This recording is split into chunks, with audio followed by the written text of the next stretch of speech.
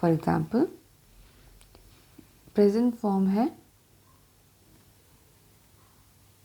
Talk, second form past form हो गया talked, past participle form हो गया talked. Same. Irregular verbs. Irregular verbs do not form their past and past participle forms like regular verb forms. They form them in the following ways. First one, all forms remain the same. Irregular verb वो होता है जिसका past participle form and past form same रहता है. For example, put, put and put. Okay. Second, two forms are the same. Bend. Okay, bend is for present form. Bend मतलब मुड़ जाना. Past form क्या हो गया? Bent. Past participle form क्या होगा? Bent. Same. Example, next example is bleed. Bleed हुआ present. Bled हुआ past form and past participle form again also bled. It is here, given here. Same is with sit. Sit होगा present form.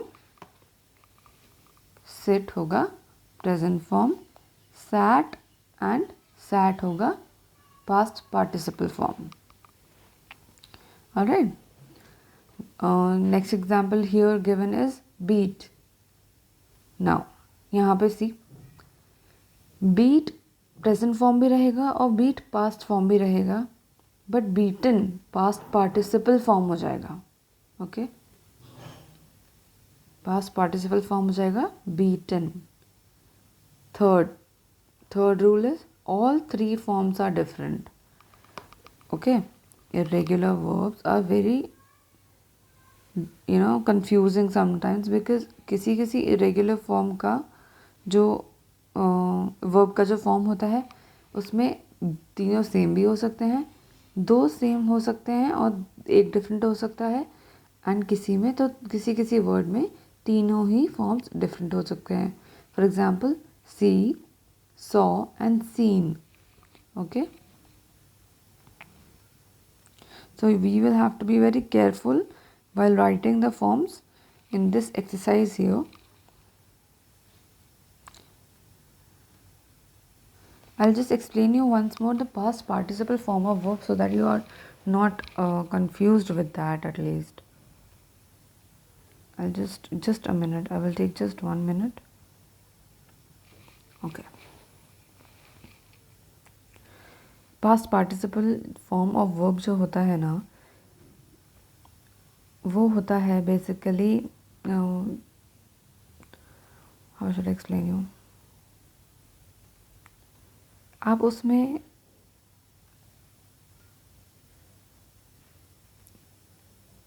Adjective का भी use कर सकते हैं.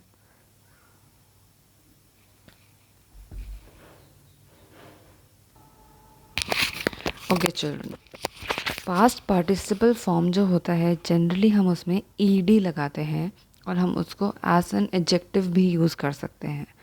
Okay, for example in past perfect form we also we have and had followed by the verb conjugated in the past tense. okay, मतलब हम past participle form को जो past form है ना verb का उसमें हम had and have लगा के भी यूज़ कर सकते हैं. for example I have eaten. okay, और I ate और हैव ईटन, ये दोनों ही करेक्ट होंगे. तो हैव ईटन जो होगा हमारा पास्ट पार्टिसिपल फॉर्म हो जाएगा. ठीक है, so you have to be little careful while using the words and making their verb form. Let's see now, let's see the examples here. There are so many given here. I will do five of them for you, and then later on you will do rest of them for the homework and send it back to me.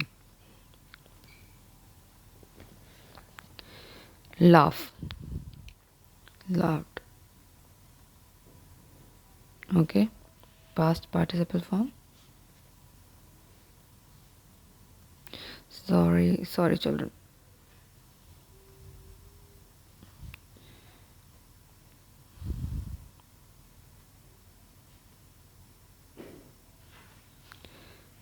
Past participle form, laughed again. अभी आपको ये बताना है कि irregular है या regular है. हम कैसे बताएंगे? अगर इसका पास्ट फॉर्म में, पास्ट पार्टिसिपल फॉर्म में या पास्ट फॉर्म में हमने ईडी लगाया है, दैट मीन्स ये रेगुलर है.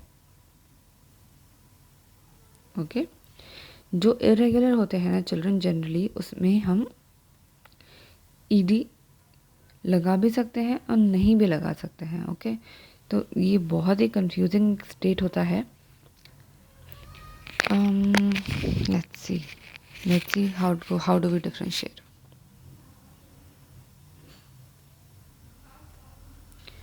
See, it is written here, irregular verbs do not form their past and past participle forms like regular verbs. They form them in the following ways. जो regular होगा ना उसका तो simple होगा एकदम, बस ईडी लगेगा and they will be formed.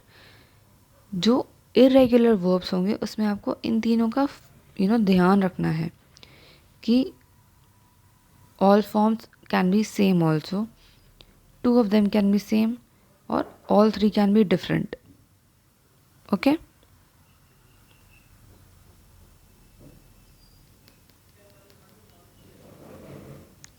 For example, come, past form came, past participle form came. ये होगा irregular क्योंकि हमने इसमें ईडी नहीं लगाया. ओके. एंड रेगुलर में हम हमेशा ईडी ही लगाएंगे. कट कट कट होगा इरेगुलर. ठीक है.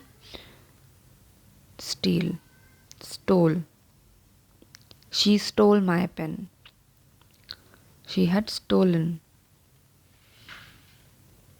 माई पेन. ये होगा इरेगुलर. ठीक है चिल्ड्रन. ब्लो, ब्लू और ब्लोन, ये होगा इरेगुलर. ठीक है children. The same way you have to do all of them and send it to me as homework. अगर कोई कन्फ्यूजन होता है you can ask me about it. I will give you the answer और I will explain you what ever it is. Next topic is apostrophe. Children apostrophe बहुत ही simple है. Again हमने किया है पहले. ये अपॉस्ट्रोफी जब हम यूज़ करते हैं किसी वर्ड में तो हम उसका बिलोंगिंग बताते हैं. ठीक है. For example my daughters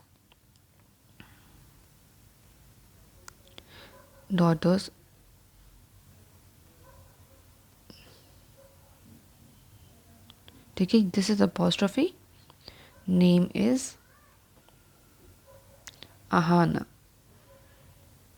That means I am saying that मेरी डॉटर का नाम अहाना है. ठीक है. सो नाउ यहाँ पे जो अपॉस्ट्रोफी है ना उसने हमें बिलोंगिंगनेस बताया कि जो मेरी डॉटर है उसका जो नेम है वो अहाना है. यानी कि डॉटर का जो बिलोंगिंग नेम है वो अहाना है. Now one more example I will give you.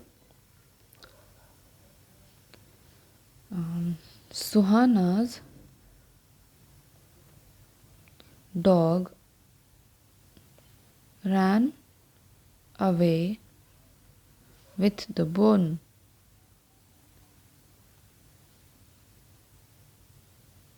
Okay. Now Suhana's dog यानी कि सुहाना का बिलोंगिंग जो डॉग है he ran away with the bone. So जब भी हम अपॉस्ट्रोफी यूज़ करेंगे उसका मतलब होगा कि हम उस चीज़ का बिलोंगिंगनेस बता रहे हैं. Okay. Now this is the exercise that you have to do. Listen and tell we will not do. So इस एक्सरसाइज में आपको क्या करना है, आपको ये रीराइट करना है. जितना भी ये जो दिया हुआ है ना कॉन्वर्सेशन, ये आपको दोबारा लिखना है. इसमें अपॉस्ट्रोफी लगाना है जहाँ पे भी ज़रूरत है. Okay, I will do again 2-3 for you. Rest you will do on your own and send me as your homework. Ruby, this bag belongs to Tarun, I think. This is a correct statement, okay? This doesn't need any apostrophe.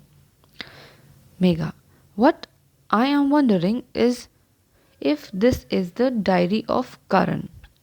Now see यहाँ पे आपको word में नहीं लगाना है if this is the diary of Karan. आप इसकी जगह लिख सकते हैं if this is Karan's diary. Karan's diary. यहाँ पे belongingness हो गया ना, this is the diary of Karan. That means it is Karan's diary. Okay, तो आप यहाँ पे this is the diary of Karan की जगह लिखेंगे but I am wondering if this is Karan's diary.